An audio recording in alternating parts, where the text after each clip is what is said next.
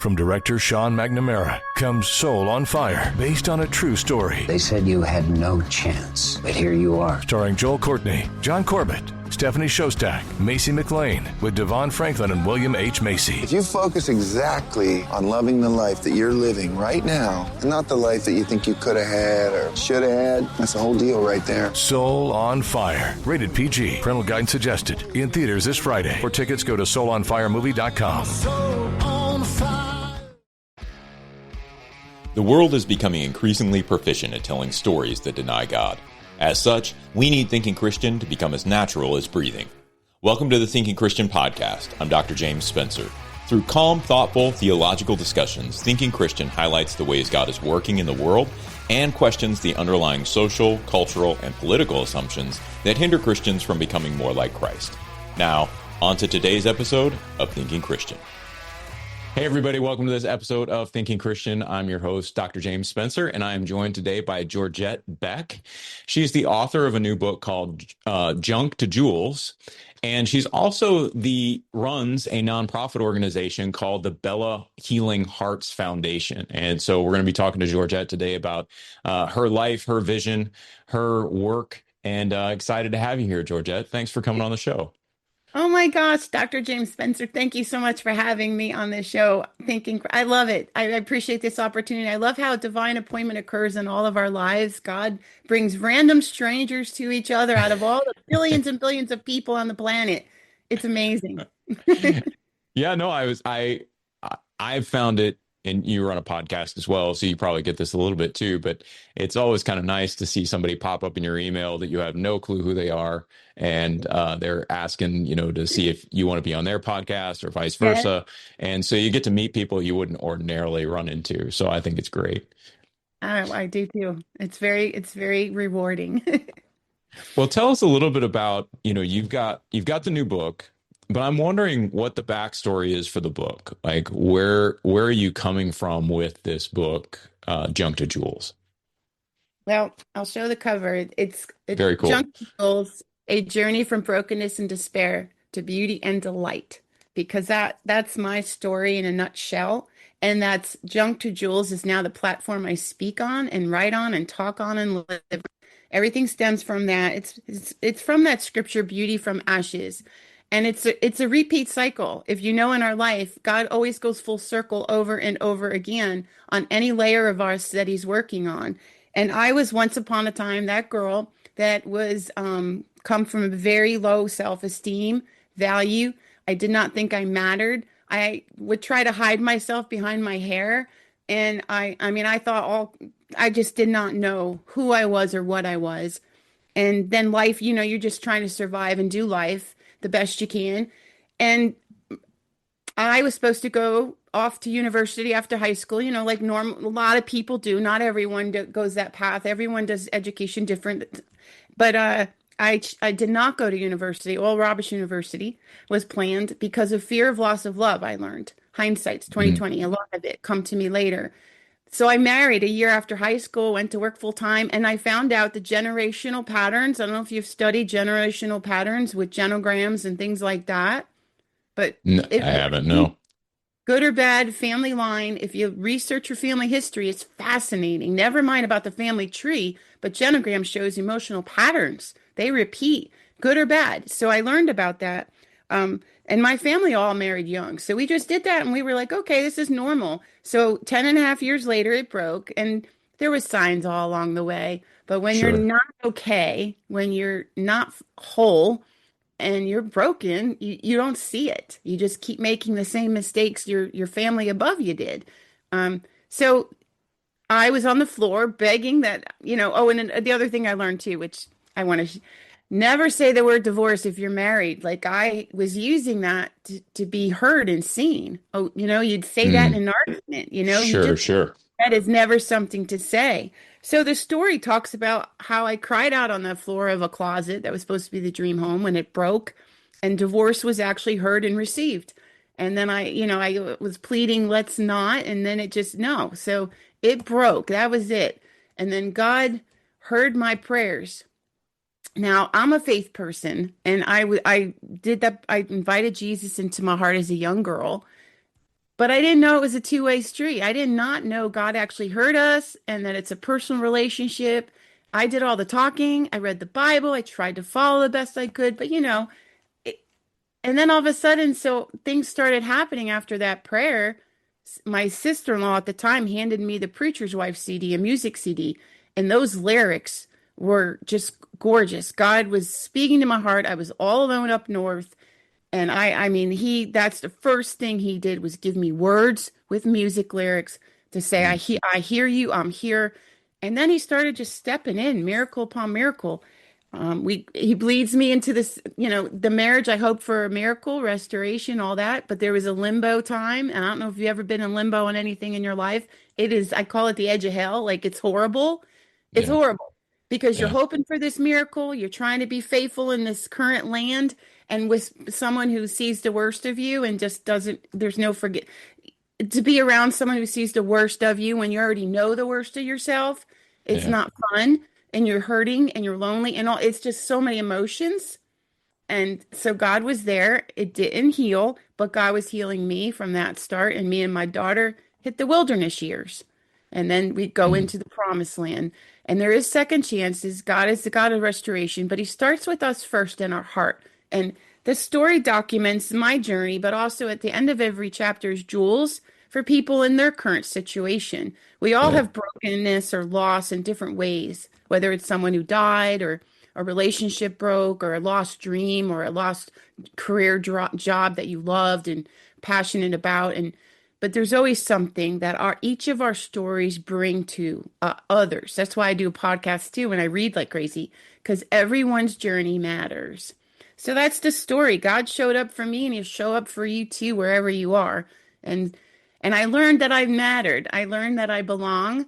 And this is the essence of who I am now is I come across people and let's talk about heart matters. I'm not afraid. I was the first one up at the altar every Sunday during those broken years. And I still am. You go to Daddy God and he receives you no matter how ugly or dirty you got. He'll always receive you. And I have a real cool story that I really thought I messed up. There was so many, like during the single mom years, he was taking care of us. And the story, like, I can't remember which scripture, but when you try to make sense of what God's doing in your life, like I was looking at my finances and the bills and the rent due and all that. And there was never enough money, ever. But I'm living in this apartment community that's beautiful that he put us in. We're doing these things. My daughter's in school, but then it never made sense. So I was thinking I got to jump ship. I got to go get an apartment that's cheaper. But no, he was keeping us. Like it was that widow with the oil. That's it. That's one of the examples. The oil never stopped running out until God said it's done. She was kept. Her family was kept. So the book is a story of hope. It's a restoration, reconciliation. And then the tools and jewels that came along, that help us all. So so you mentioned, just to kind of tease out a little piece of your story, because I'm kind of interested. You mentioned, you're planning on going to Oral Roberts potentially. Were you from that area or were you living somewhere else? Here's the deal. They had a traveling thing back in the day. They had ministers go out and go to different churches, and I saw their music team.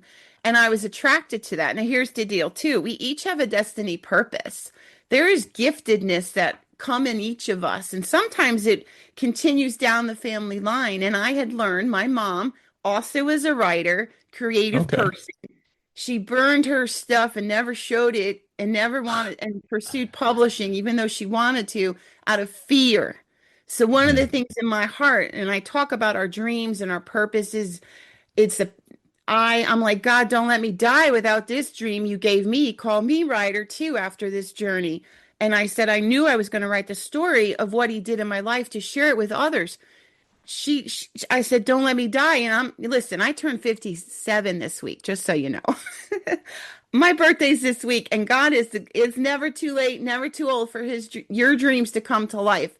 But yeah, so my mom and dad, my dad's a creative. He was a commercial landscaper, but he saw beauty in the land, and he's an entrepreneur. No one ever knew it back then to say that. So yeah, Oral Roberts, that's where I was going, but I couldn't let go of the only thing I perceived as love in a relationship. It was a generational repeat to the point that they were Polish family with brothers and same dynamics. It was crazy. Same Yeah. dynamics. But It's kind of yeah, funny how we can get caught up in that. My wife and I are high school sweethearts, I love that. and I don't know that I ever felt the expectation to get married early, although we did. But I Hmm. think for me, as I look back, some of those things were like, yeah, if you don't graduate from college, you're not going to be a success in life. I mean, that Hmm. was just one of those things Yeah. that, and Yeah. I don't know that I would articulate my particular issue as Mhm. love. I think I would have articulated my particular issue as successful or independent. I had a real, you know, interest in being autonomous and not having to be dependent on other people. Yeah. And so, college was that expectation for me. Everybody expected me to Yeah. do it. I did it, Yeah. but ultimately really just didn't enjoy it, especially the first couple of years. And so I It's think there's hard. aspects of that you can, when I look back on, not to steal your turn, but there was a lot of junk there, and it did. I think God ultimately turned that into jewels. Now that's when I became saved. And so that was a whole different sort of context. But I'm resonating, I guess, with the overall message that, yeah, we Yeah. have these hard things, but ultimately it's through the hard things that we catch glimpses of God's care for us. Absolutely. Absolutely. And like I said, it repeats because I'm in this season of life. We're empty nesters Yeah, now. I'm in a second chance marriage. We celebrate 21 years this last May. I have a daughter. He had three daughters, and now we have eight grandchildren. And we still carry some heart pains. sure. Someone just said too, our pastor just said, every one of us, whoever you see, has a problem. Like there's something going on, no matter what phase of life you're in. But God keeps you in other ways. There's things to celebrate. There's things to see His hand. But at this stage, I'm telling you, Dr. Spencer, our heart pain, like things we carry and cry about, the very things we're ashamed to talk about, our own mess ups, our losses, our experiences, it all comes to the essence of who we are. And then we bring that forward. And that's the best of us. And actually, the very thing we're ashamed to talk about or embarrassed about is our superpower. I've just come to this final conclusion, Mm, and it's okay. Like the education, I was the first in my family to go to college. So God was restoring destiny purpose, and I was going back there with my mom being the writer, my dad, both of them were artists. They could draw drawings, but they didn't really know the purpose. And God yeah. was starting to reveal it, starting with my mom and dad, because their marriage broke several times, got separated. They got a divorce. My mom always knew Jesus. My dad did not. My dad found Jesus. That's when I found Jesus at a vacation Bible school. So all those ministries are important. They got remarried, and God was starting with that generation to restore what other generations had lost. Because my grandparents come from World War II, and they're survivors. My grandma was in the Russian camps, and there's like the camp she was in, the people that came out were like none, hardly ever. Like so, she's a miracle there, and just just that resonates with me. The family history like that, and my mom's side, her mother hated her. It's a sad line up Yeah. there, but God is bringing back joy. He's bringing back destiny, purpose, and I am a creative. And later in life coming to it took me 27 years from that idea of writer to, oh, I'm going to make a difference.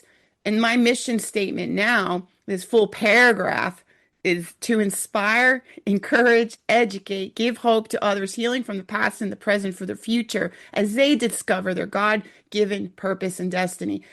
It started off with a word and then a sentence, and then I got more ideas and visuals. God gives you all of it. He gives you sound and music and visuals to know who you are. However your language is, he'll bring it to you. And then it's grown into this vision. And then 3.5 years later, we're implementing. We started a nonprofit, like you mentioned, Yeah. called Belly Healing Hearts Foundation because it started with two words, healing hearts. And that was part of my Mm, own destiny purpose. God said, you're a heart healer because I go there. I help people, I draw them out. I help people talk about their stuff. Matter of fact, I had an interview with someone for a book project years ago. It was a book in process. It's still one of my book projects in process. Crossroads, it's called. And she shared about her childhood and her family and how her parents went through a divorce and the pain she was carrying from that. She's an adult, she's adult now. She said, I never shared that with anyone. So we're supposed to share, but some people have a harder time than others. But he was restoring that. Like, this is a destiny thing. So yeah, wherever people are in life, and this is what I'm learning too now, looking back to go forward, because I can't see what's happening around the corner. I feel all the inadequacies because God gives you a vision bigger than you. And I was just reminded from the spiritual writers of the past, Brother Lawrence and William Law, that it's always going to be bigger than we are. And your ministry, Dr. Spencer, I looked at your website. I was in awe. I was humbled and I was inspired all at once. And then, of course, I'm like, oh my gosh, yes, God's been saying, level it up, skill it up, like bring it. This vision, we can do it together with God. He'll equip us, but we got to do our part. We got to show up every day. And that's scary because we know our worst. We feel inadequate, but he says, I got this. So yeah, my mom and dad, he's restoring and he's still doing it. So yeah. From director Sean McNamara comes Soul on Fire, based on a true story. They said you had no chance, but here you are. Starring Joel Courtney, John Corbett, Stephanie Shostak, Macy McLean, with Devon Franklin and William H. Macy. If you focus exactly on loving the life that you're living right now, and not the life that you think you could have had or should have had, that's the whole deal right there. Soul on Fire, rated PG. Parental guidance suggested. In theaters this Friday. For tickets, go to soulonfiremovie.com. Soul on fire. Health insurance rates are surging in America, leaving millions without affordable options. If you're sick of having paychecks eaten up by healthcare costs or dealing with mega corporations, then listen to this. Christians don't need to waste money on a broken system. That's why I want to tell you about Christian Healthcare Ministries. It's an alternative to traditional health insurance at half the cost. With CHM, fellow believers contribute monthly to help pay each other's medical bills. There's no enrollment period, so you can join anytime. And you aren't restricted to provider networks, so you choose the doctors and hospitals you want. It's that simple. CHM is not insurance. It's a ministry that puts faith into action. Feel the difference of financial support and biblical care from fellow believers. Join CHM today by visiting chministries.org/wellness. That's chministries.org/wellness. Well, talk a little bit about, you mentioned Healing Hearts. Talk a little bit about the Healing Hearts Foundations. It's work with single parents or Yeah. Okay. So the vision started off before I ever met my second chance guy. I knew I wanted to help people like people help me. So there's power in community. That's one of the things. You ask for help, I learned. Counseling, asking for help, prayer from others. You get in Bible study groups. All the things brought truth and perspective to my situation and myself. And God brought me everywhere. Every time He put something in my heart to go do, you do. But the nonprofit was single moms, because that's what I was at the time. And all these people, community, would love on my daughter and I and help us. And it was through their help that we made it. We wouldn't have made it without their hands, each and every one, every time. So I knew I was going to do that. So in my heart, before I ever met my husband, my partner now, Scott Beck, single parents was it, because I didn't qualify for welfare, but I couldn't come up with the money to pay my rent a lot of times. Eviction notices occurred. When the car broke down, we're in crisis mode. So I knew it's just that leg up. It's just that leg up that's needed. And someone would pay for my daughter's gymnastic lessons and she could go to have gymnastics. Without that little gift, her life was, it wasn't as rich. And that's what God does with us. He enriches us through the hands of other people, hearts and hands. So that's where that came from.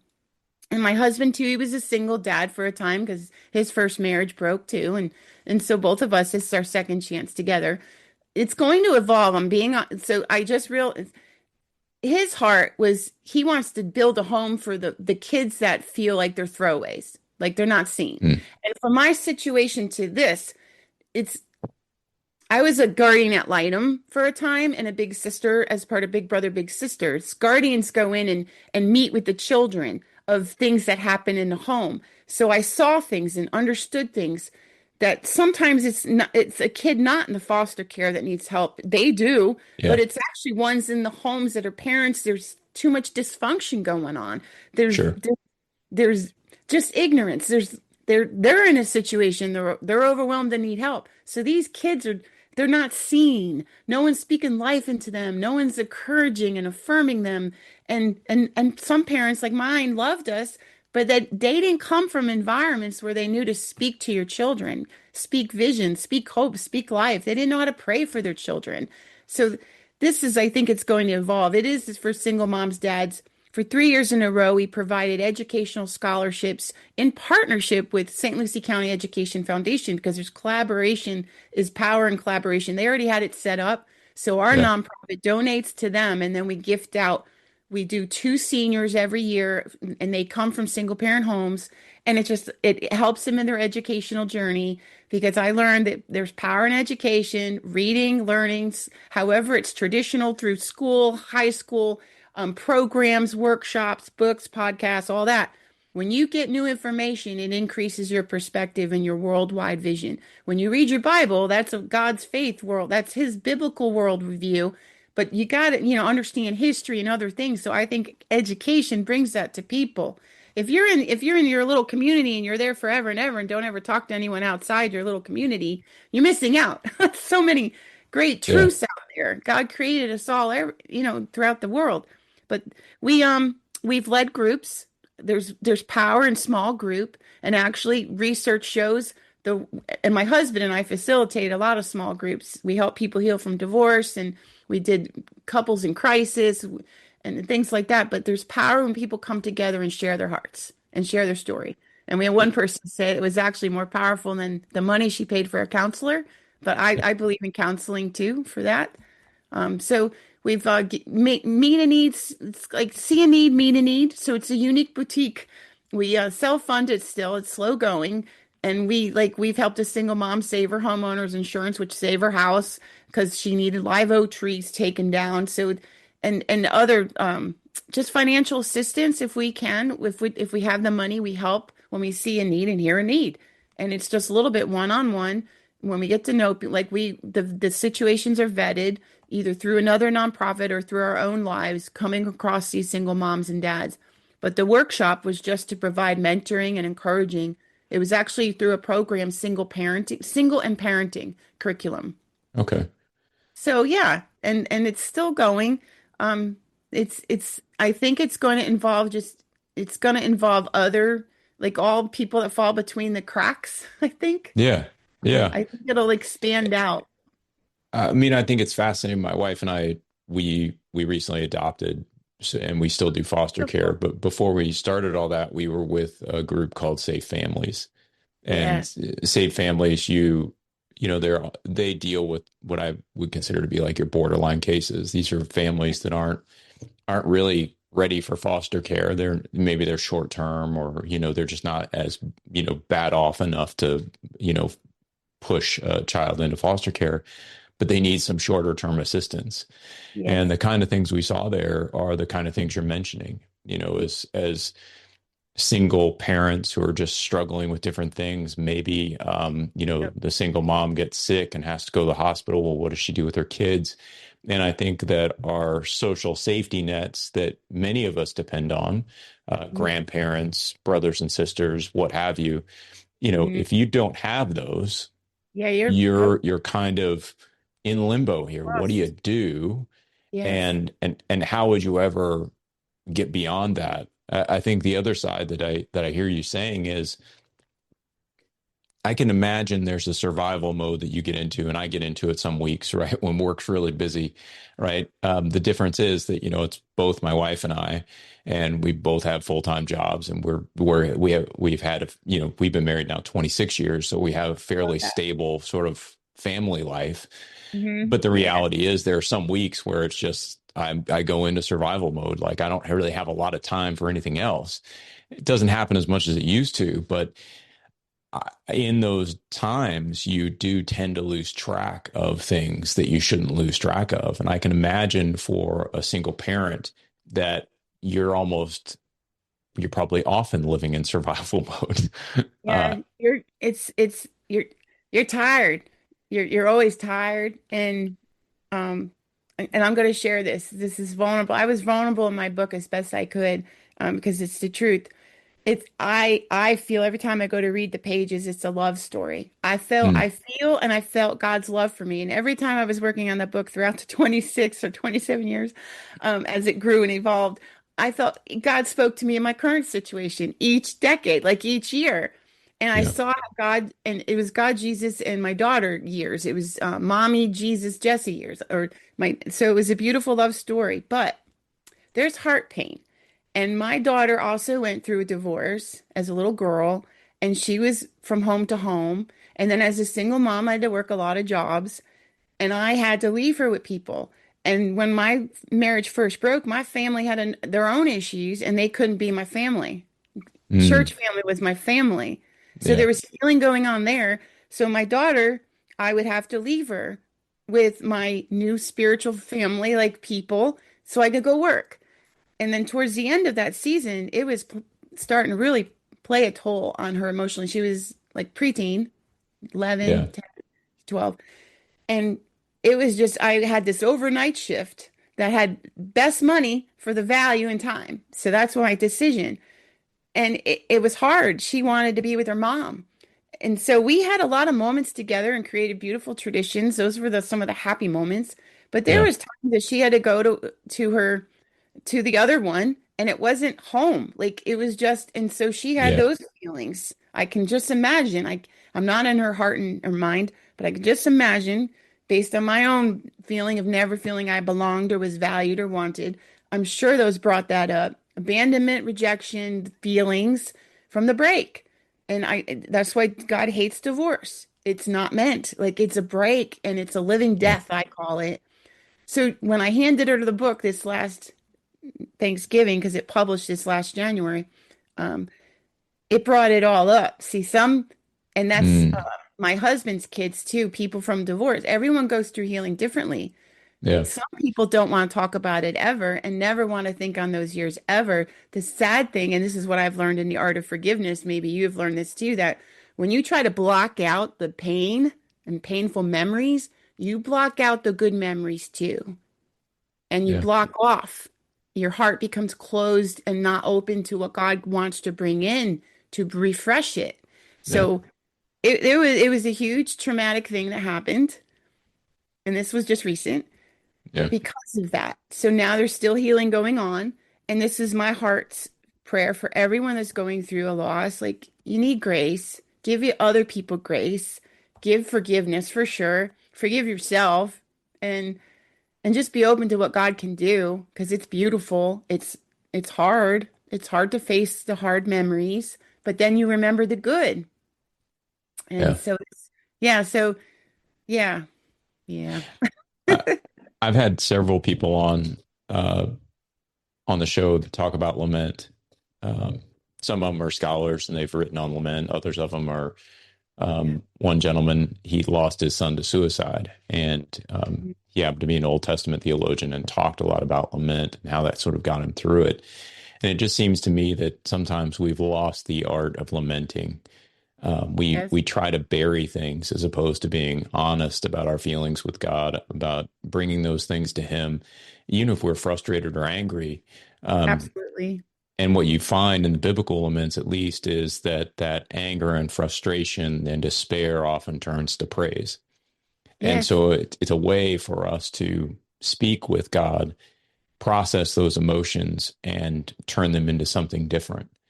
yes, And it just strikes me that that's kind of what your process is, what you're talking about in this process of going from junk to jewels is you're seeing all these things. And if you just left them as junk, they never turn into anything else.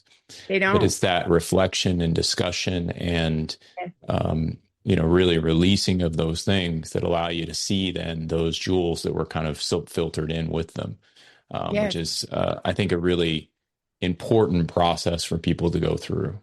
yes. And and and in this blended family years, Yeah. God, it was like a mixed, and I'm putting my hands together. They're Yeah. intertwined together. Mixed blessings. Happy, horrible, sad, um, not like the happy word again, but Yeah. ugly, beautiful. Like it was all like this because my husband didn't have time to heal from his previous life or childhood. He was carrying stuff from trauma from his childhood to teenage years. He had a lot of loss. And as a police officer too, there was other losses there and things he Sure. saw he never really processed. It happened in this marriage. So there was a lot of stuff. And God, when we faced it, like he he does bring the beautiful out of the junk, but it's necessary. Like, the story of the pearl, it's like in mud, it's dirty, you can't even see it, it's ugly looking, but then it comes to this beautiful jewel. Yeah. And that's diamond's story too. The diamonds, they don't come from beauty. They Yeah. come from really dark stuff and hard stuff. And even in this season too with the blended, and here's another vulnerable truth that it's in a second book in process, but I'll trust God's timing on that one because some of those other hearts may not be ready and maybe it'll be the fiction. So on the blended years, I'm the type I want to be besties with everyone. Like I'm that person. I get along with everyone and people usually love me. Like there's only a small percentage, but because of their hearts, they were going through that loss too. They Yeah. didn't want me in their life. I was not their second chance. They didn't want a second chance. I logically understand, but I always wanted daughters of the heart, and that's still my dream, and God still may bring it. But it's I had to come to that place too. They Yeah. may never, the space we all come together when there's togethers, and it may always be uncomfortable. And that's hard for me from my background. It touches all that old pains. But Yeah. I'm like, okay, God, your will. I'm going to know I'm okay. Like, I'm going to know you love me and you chose me. And matter of fact, there's a scripture that my calendar this month, it says, He chose me. And it's 1 Peter 2:9. But you are the chosen race, a royal priesthood, a holy nation, a people for his possession, so that you may proclaim the praises of the one who called you out of darkness into his marvelous light. Guess what? There is darkness in each of our lives sometimes, but he calls us out to share his light, to share his love. He loves us so we can love others. And no matter what, God chose me. And that's what I said to God even this morning.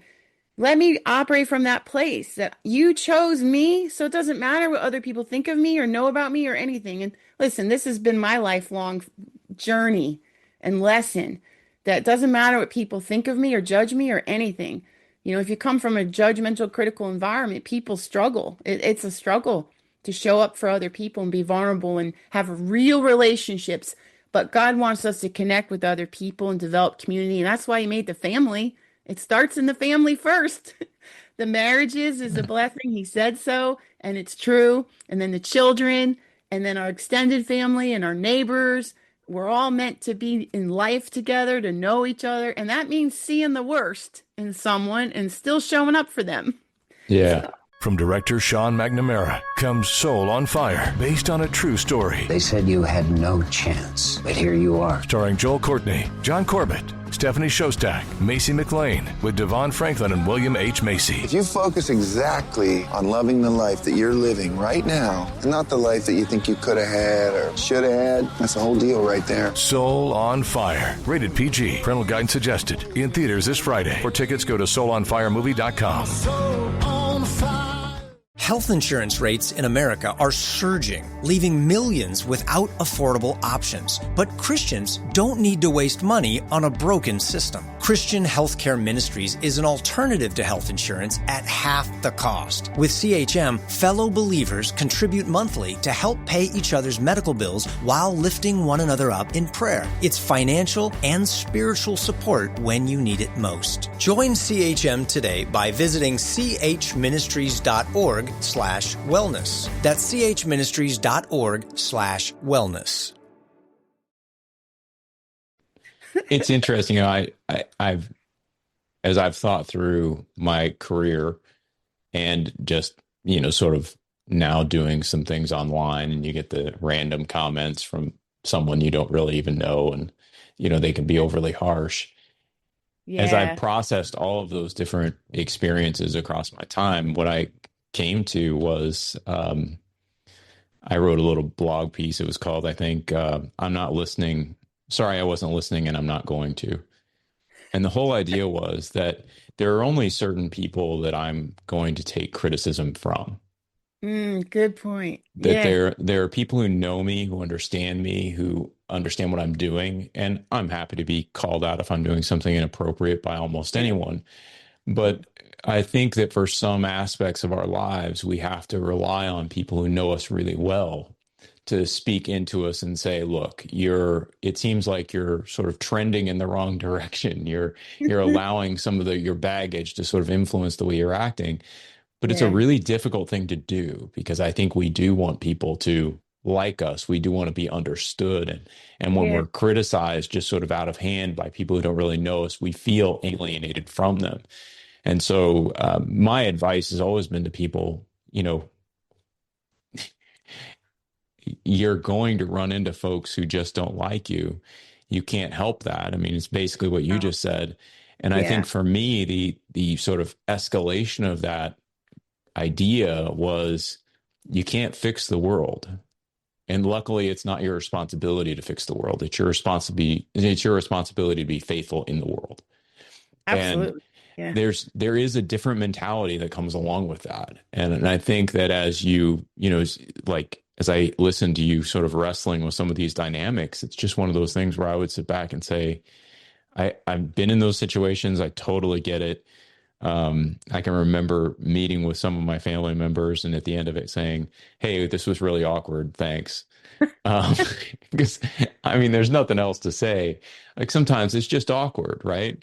Yeah, I think just saying it out loud kind of takes the air out of it all. Right. I think Yeah. that's a good It's idea. just really awkward. It's great. It was awkward to be here. Thanks. Yeah. And I love it. You know what you said, it brought up the story. You know the story of the starfish of why? Yeah, because I we can't don't. all save the world. We can't help everyone all over the world, but that's why there's each of us. That's why just like Yeah. your body has different parts and you need every part, all of the Right. parts to do it, to be that, to be you. But the starfish, this guy's walking along the shore and he's looking at the starfish and he's picking them up and putting them back in the water and people are looking at him and judging him for his one at a time trying to save all the starfish when they see all the starfish across the whole shore and there's millions, right? There's how many? And they asked him, why are you doing that? You're not going to save them all. And he goes, no, but this one's saved. And then he Yeah. goes and picks up another, right? That's each of us. Just Yeah. show up, do your part, regardless of what, if others understand or not. You are going to save the one. It's one heart at a time. I love that. I love what you said. Oh, as Well, painful as that is, but it really is. When you're working with single parents, when you're working with other folks, what do you think do you find that people are willing to sort of be vulnerable and to share these things, or do you feel that most people need this to be sort of pulled out of them? Like, it's a mix. what's your general experience? Yeah, just a mix. I'm Just getting goosebumps on that one, Dr. yeah, Spencer. I think that's a crucial question.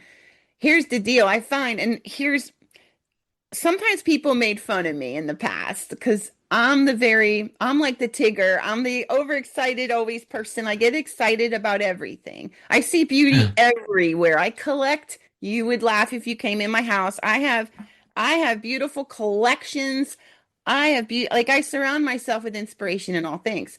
But that also means, and because I'm open, I talk about my emotions. I wear my emotions on my sleeves. People would say, you're too emotional. You're too this, you're too that. And you're so busy. Why are you always going after and doing all these things? Well, now I know that's how God created me to be. And now I know I'm a visionary and visionaries have a ton of ideas and we're going to someday do one by one by one. And guess what? Now I know that's just me. But because I show up and I share my junk, it does help people to mm, say, oh my gosh, well, she's sharing that stuff and she's okay. And look how yeah, it helped her. Look how she's grown through it. It gives them confidence because it's so scary to be vulnerable because people don't want to be judged. yeah, Don't want to be judged. But because I've earned it, I've earned their respect. I've earned the right for me to talk because of relationship. And I'm there for other people just by us showing up. people come to know that and say, okay, we can call them. We can go to them because they won't reject us. They won't judge us.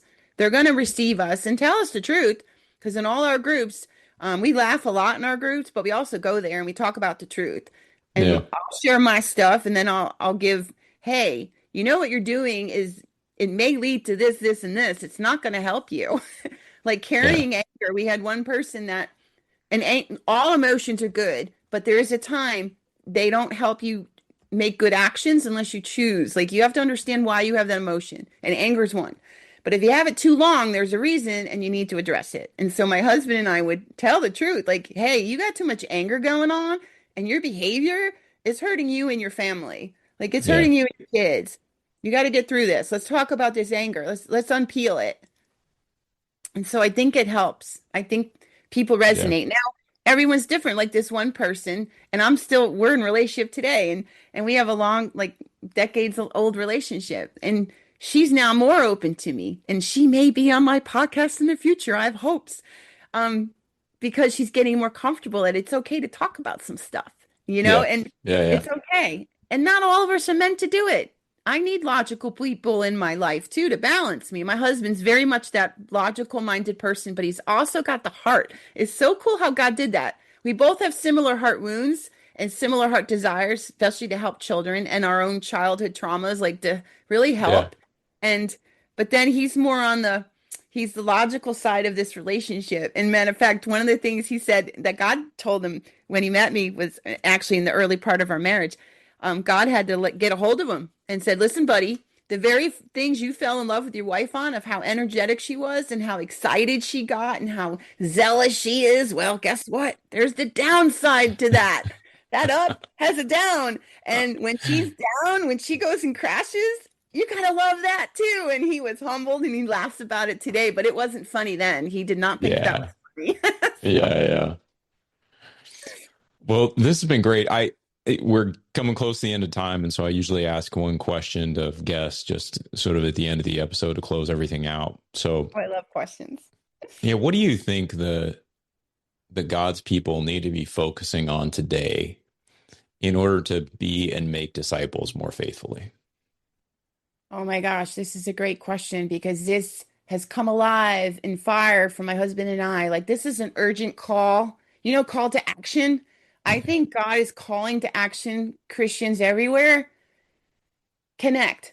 I really think he put my husband and I as realtors in our community. I was an insurance agent. I did development. I was sales. I was like, God, why? Like it had come to us. He brought realty to my husband. Go do real estate and work with this guy that you know.